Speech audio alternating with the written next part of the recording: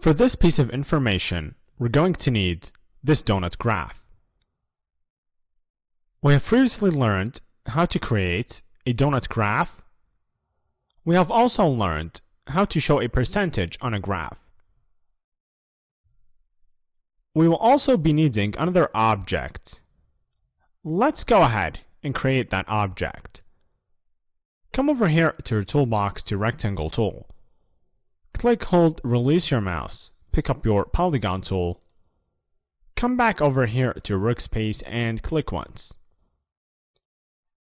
Make this polygon three-sided to create a triangle and then click OK. I'm going to go ahead and zoom in a little bit. Let's come over here to the toolbox and pick up our selection tool. Come back over here to this triangle, to this edge. Click, hold down Shift and Alt key and drag out to make it about this big. Release mouse, then keyboard. Go ahead and deselect. Come over to your toolbox, pick up your direct selection tool. Let's come back and select this triangle. Come over to one of the circles in the corners, click and drag in a little bit to make the corners rounded. Go ahead and deselect.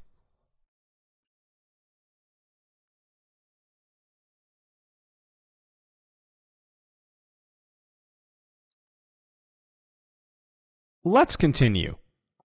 Come over here to your toolbox, to your polygon tool. Click, hold, release mouse. Pick up your ellipse tool. Come up to the fill and select a different fill color, maybe this yellow. Come back to workspace and maybe over this location approximately at the triangle. Click, hold down Shift and Alt key and drag out a circle, maybe kind of like this. Release mouse, then keyboard. Pick up selection tool and deselect. Now with your selection tool, click, drag to select these objects, release, and then right click, go to transform and select reflect. Make the axis vertical and then click copy. Go ahead and deselect. Now with your selection tool, click on this triangle once to select it and then press delete on the keyboard. We did that because when we reflected a vertical copy, we have an extra copy of the triangle. Now with the selection tool, come over to this circle, click, hold down Alt key, and move away from the original. Place your copy maybe over here. Just make sure it is lined up with the center of the triangle. Release mouse, then Alt key, and deselect. With your selection tool, click on this first circle to select it. Hold down Shift key and click on this second circle to select it. Still holding down Shift key to click on this third circle to select it. Release Shift key and then right click and select the command Make Compound Path. Now let's go ahead and deselect. With your selection tool, click, drag to select these objects, all the way up to Window, all the way down to Pathfinder, select the command -front.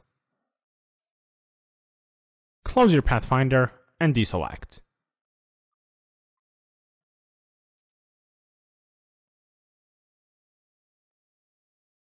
Let's continue.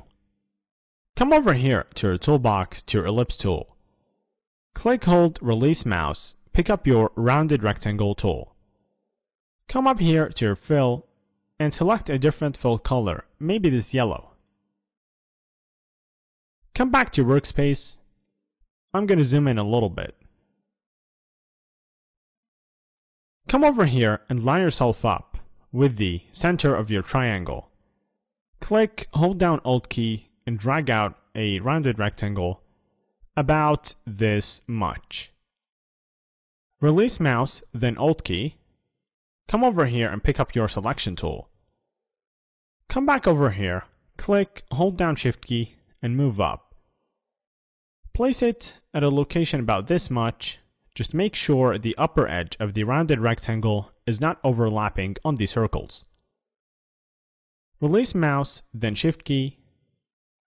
Go up to Effect, all the way down to Warp. Select the command Arc Lower. We can see what is happening here because we have checked Preview. Make it horizontal and give it a bend of about 21%. Click OK.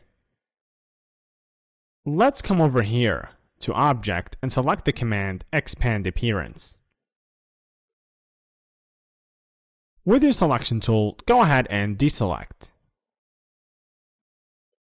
With your selection tool, click and drag to select these objects. Up to Window, all the way down to Pathfinder, select the command Unite. Close your Pathfinder, come over here with your selection tool, click and rotate it about this much, release mouse, and then with the selection tool, pick it up and bring it about over here. Release your mouse, go ahead and deselect.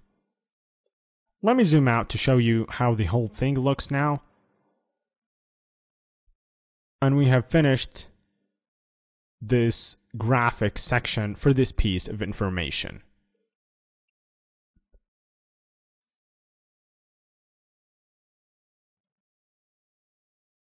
Let's create the graphics for this last piece of information.